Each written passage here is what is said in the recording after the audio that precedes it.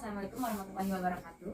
Perkenalkan, saya Raisa Rasif Amahiro sebagai pembimbing Leksa SDN 13. Kali ini saya akan melaksanakan tantangan literasi bulan April, yaitu mewawancarai sebuah pekerjaan. Nah, di sini saya sudah bersama Bapak Septian Hirdiansa sebagai owner atau pengusaha konveksi, betul Pak? Ya, betul.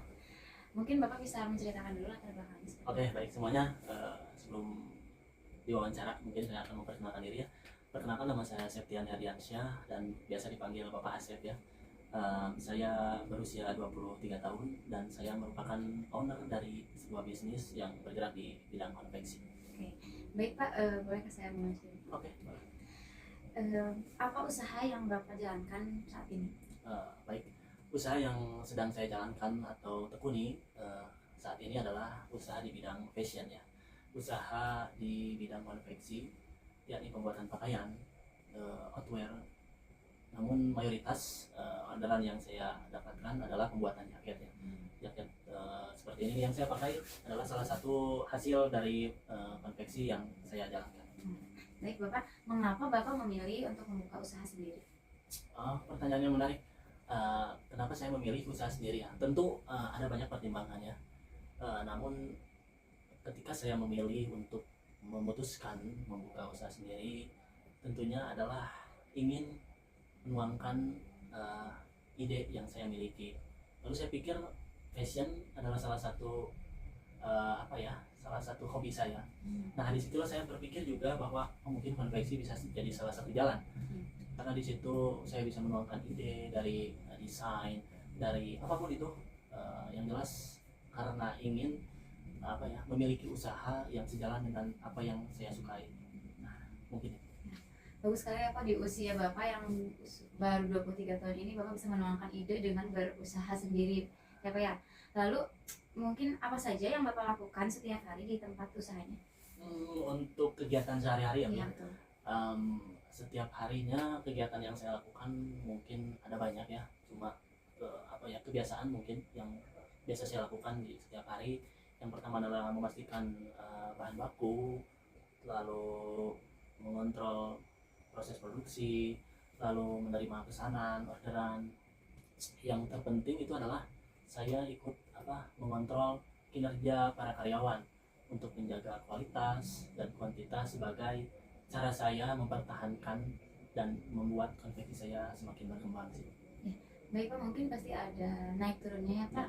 Nah, jika boleh saya tahu, apa hal yang paling menyenangkan ketika Bapak menjadi seorang pengusaha?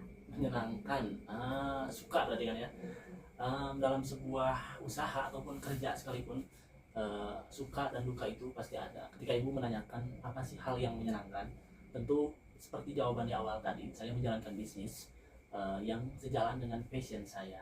Nah, dari situ mungkin menjadi hal yang garis besarnya adalah saya menyenangkan menjalankan bisnis ini karena sesuai dengan apa yang saya gemari, sesuai hobi saya. Lalu hal menyenangkan lain adalah ketika kita menerima orderan, lalu pelanggan merasa puas, lalu pelanggan menjadi percaya kepada usaha kami, konveksi kami. Tentu di situ ada rasa kebahagiaan, ada kesenangan tersendiri lah.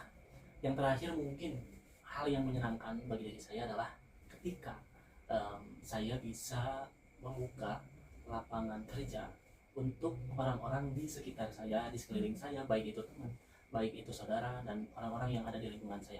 Di situ adalah kebahagiaan yang sulit untuk saya gambarkan ya, karena saya tahu bahwa tidak semua orang memiliki kesempatan yang sama ya.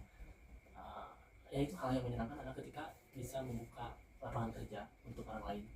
Wah, sangat menyenangkan sekali ya Pak rupanya untuk Bapak seorang pengusaha. Lalu, apakah Bapak pernah mengalami kesulitan selama menjalankan usaha itu, dan jika ada, bagaimana cara Bapak untuk mengatasinya? Nah, ya, tadi kita bahas atau bicara soal suka. Tentu suka dan duka itu berjalan beriringan ya Bu ya. Kalau ditanya duka, ya memang setiap usaha menurut saya adalah selalu berawal dari duka. Hal yang menurut saya menjadi duka, namun ya sedikit juga ada sukanya gitu.